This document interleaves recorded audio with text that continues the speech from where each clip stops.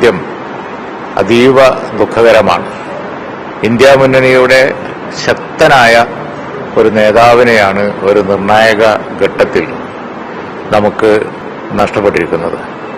ഈ കഴിഞ്ഞ ഇന്ത്യ മുന്നണി യോഗത്തിൽ പോലും വളരെ ആക്റ്റീവായി പ്രമേയം ഡ്രാഫ്റ്റ് ചെയ്യാനും അതുപോലെ തന്നെ ചർച്ചകൾ ക്രോഡീകരിക്കാനുമൊക്കെയായി ശ്രീ യെച്ചൂരി വളരെ നിറഞ്ഞു നിന്നത് ഞാൻ ഈ സന്ദർഭത്തിൽ ഓർക്കുകയാണ്.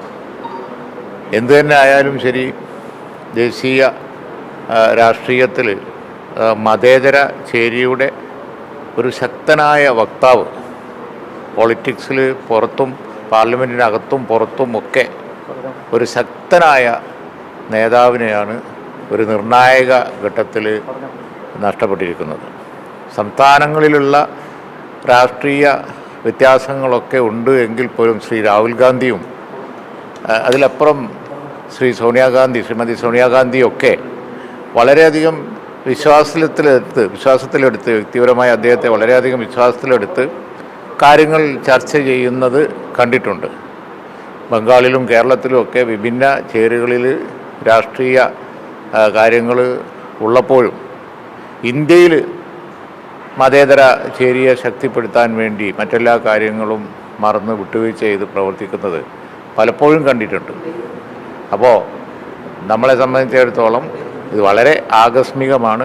ഞങ്ങൾക്കൊക്കെ യഥാർത്ഥത്തിലൊരു സുഹൃത്താണ്. വളരെ കുറഞ്ഞ സമയം ദേശീയ രാഷ്ട്രീയത്തിലും പാർലമെൻറ്റിലും ഒക്കെ ഉള്ളത് വെച്ച് പോയേക്ക് വളരെ അടുത്ത ഒരു സുഹൃത്ത് എന്നുള്ള നിലയിൽ ശ്രീ യെച്ചൂരിയുമായി വലിയ ബന്ധം സ്ഥാപിക്കാൻ കഴിഞ്ഞിരുന്നു.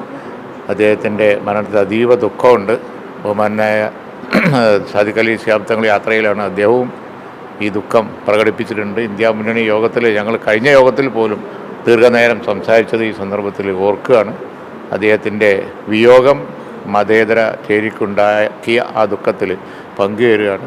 ഇന്ത്യയിലെ ജനങ്ങൾക്കും പുരോഗമന പ്രസ്ഥാനങ്ങൾക്കും അതുപോലെ തന്നെ അദ്ദേഹത്തെ ഒരു സുഹൃത്ത് എന്നുള്ള നിലയിൽ ഓർക്കുന്ന എല്ലാ രാഷ്ട്രീയ നേതാക്കളും എല്ലാവർക്കും അദ്ദേഹത്തിൻ്റെ കുടുംബത്തിനും വന്നിരിക്കുന്ന ഈ നഷ്ടം അതീവ തീവ്രമാണ്. അതിൽ പങ്കുചേരുക.